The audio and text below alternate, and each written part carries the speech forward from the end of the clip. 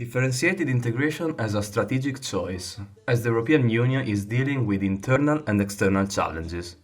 This was the topic of the EuIdea final conference in Brussels, a two-day event that gathered researchers, EU representatives and experts to explore differentiation and integration issues and to find viable solutions to current challenges faced by the EU. We're here for the final event of our EuIdea project, EU Integration and Differentiation for Effectiveness and Accountability, a project started 3.5 years ago, funded by the European Commission under the Horizon 2020 project. This project has been an amazing journey. We have involved 15 partners within and outside the European Union. And of course, we went through many changes because when we started 2019, we thought that Brexit was the main challenge to European integration. Then we had to face a global pandemic by COVID-19 and finally the dramatic events of the war in Ukraine. However, our basic tenet still holds true. We theorize that flexibility and differentiation have been in the DNA of the European Union since its beginning. But in order to be an effective means for integration and convergence, it has to be sustainable in terms of governance, effective and also credible in terms of legitimacy by European Union citizens, but also third countries affected by differentiation. We will keep the research going and disseminate widely the results of our project.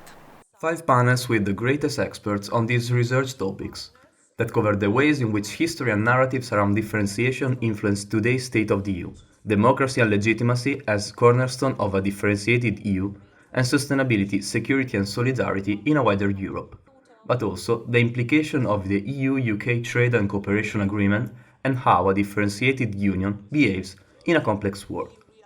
The closing keynote speech was delivered by the European Commissioner for Justice, Didier Reynders, who pointed out the limits for differentiated integration. We have all been profoundly shaken by the atrocity of the unprovoked Russian aggression against Ukraine. No more than ever, the EU, as a beacon of peace, needs to uphold and promote its values with determination. And so I said, a fortiori, we need to continue to work on the rule of law if we want to be credible in the external world. Because the rule of law is not non-negotiable. And there is no case for differentiation here. We need to have all the member states at the same level in the way to organize a good implementation of the rule of law. Human rights, rule of law, solidarity, equality, independence of justice are the limits for differentiated integration inside and outside the European Union.